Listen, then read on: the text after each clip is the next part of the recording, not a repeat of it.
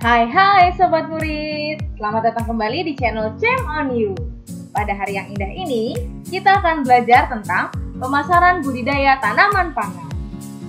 Ya, materi kali ini adalah subbab dari budidaya tanaman pangan, yaitu mata pelajaran prakarya dan kewirausahaan kelas 10 MIPA dan IPS.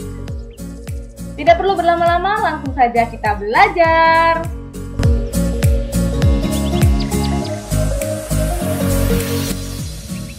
Tujuan pembelajaran pada materi di video kali ini adalah kamu diharapkan dapat 1. Memahami strategi pemasaran produk budidaya tanaman pangan. Dan yang kedua, membuat pemasaran suatu produk budidaya tanaman pangan. Sebelum kita masuk pada strategi pemasaran, kita harus tahu terlebih dahulu apa itu pemasaran. Bagi kalian mungkin yang sering main ke department store, mall ya, mungkin kalian tahu tentang SPG, Sales Promotion Girl gitu, atau mungkin kalian kalau sedang berjalan-jalan ke daerah yang baru gitu, kemudian ada mau dibangun perumahan, nanti itu ada tulisan kantor pemasaran ya. Nah, orang-orang yang berada di dalamnya adalah orang-orang yang memang bekerja di bidang pemasaran. Nah, lantas apa itu pemasaran? Menurut American Marketing Association, pemasaran adalah proses perencanaan dan pelaksanaan, pemikiran, penetapan harga, promosi, serta penyaluran gagasan barang dan jasa untuk menciptakan pertukaran yang memenuhi sasaran individu dan organisasi. Jadi memang tujuan dari pemasaran ini adalah menciptakan sebuah pertukaran ya. Kalau di sini adalah pertukaran antara produk dengan uang gitu ya, sebagai barang tukar yang sah. Untuk apa tujuannya? Memenuhi sasaran individu ataupun organisasi. Ya, kalau sasaran individu kita sebagai pengusaha tentunya adalah untuk meraup keuntungan sebesar-besarnya. Nah, dalam pengembangan usaha, terutama di budidaya tanaman pangan, selain aspek perencanaan usaha, produksi, dan aspek perhitungan biaya, aspek pemasaran ini juga perlu untuk mendapatkan perhatian khusus, sehingga tingkat keberhasilan usaha budidaya tanaman pangan lebih tinggi dan keuntungan yang diperoleh pun akan lebih besar. Ya, pemasaran itu sendiri adalah proses akhir dari suatu rangkaian perencanaan usaha. Sehingga seringkali pemasaran dianggap sebagai ujung tombak. Ya, namanya juga di akhir ya, ujung tombak dari suatu bisnis. Walaupun pada dasarnya semua tahap pada perencanaan bisnis itu tetap penting. Misalnya dalam rangka memenuhi biaya produksi, kemudian bagaimana konsep dari produknya, itu semua penting. Well, kita masuk pada topik utama kita di materi kali ini, yaitu strategi memasarkan produk budidaya tanaman pangan. Banyak strategi yang bisa digunakan untuk memasarkan produk budidaya tanaman pangan. Nah, untuk tahap awal, pemilihan pemasaran secara langsung sangat disarankan. Kenapa? Karena masih terbatasnya jangkauan pasar yang ada. Nah, untuk kedepannya barulah bisa dikembangkan sistem pemasaran lainnya. Langsung saja kita masuk pada tahap pertama, strategi memasarkan produk budidaya tanaman pangan, yaitu pengenalan produk. Nah, sebagai seorang pengusaha atau wirausaha, kenalkan produk kepada teman-teman terdekat terlebih dahulu.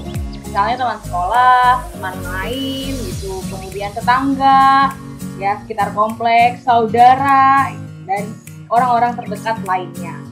Berilah sedikit contoh produk atau sampel agar calon konsumen kita bisa mencicipi produk kita, ya. Dan kemudian mungkin yang cocok dan akan tertarik untuk membelinya.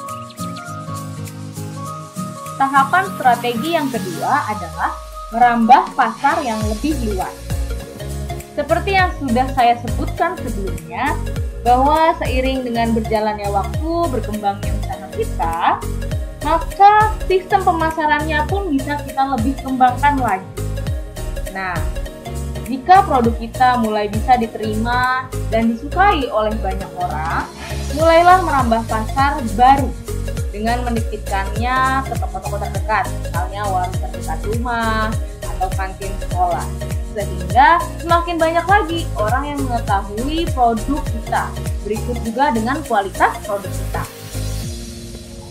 Tahapan selanjutnya adalah memanfaatkan internet dan social network atau sosial media sebagai media perantara dari pemasaran produk kita. Perbanyaklah teman dan followers untuk memperluas pemasaran. Bisa juga dengan membuat blog gratis atau website yang berbayar dengan relatif terjangkau harganya. Kita juga bisa menggunakan sistem endorsement untuk lebih memperkenalkan produk kita. Dan jika kita punya modal lebih, kita juga bisa menggunakan sistem advertisement untuk lebih memperluas pasar kita dengan iklan. And the last but not least, pergunakanlah kesempatan sebaik mungkin. Sebagai contoh, bisa memanfaatkan munculnya fenomena pasar kaget yang ada di hampir setiap kota di Indonesia. Juga mungkin saat momen-momen tertentu, seperti Car Free Day atau kesempatan bazar-bazar lainnya. Nah, semua fenomena dan momen itu harus dimanfaatkan untuk kita memasarkan produk kita. Sehingga semakin banyak lagi yang akan mengenali produk kita serta kualitasnya. Contoh pemasaran secara langsung. Ya, kira-kira seperti inilah gambarannya. Pemasaran produk budidaya tanaman pangan secara langsung. Misalnya kita menjualnya secara langsung atau menitipkannya pada toko-toko terdekat. Atau kita bisa juga menjadi supplier atau pemasok tanaman pangan yang bisa dijual pada pasar-pasar dekat rumah kita.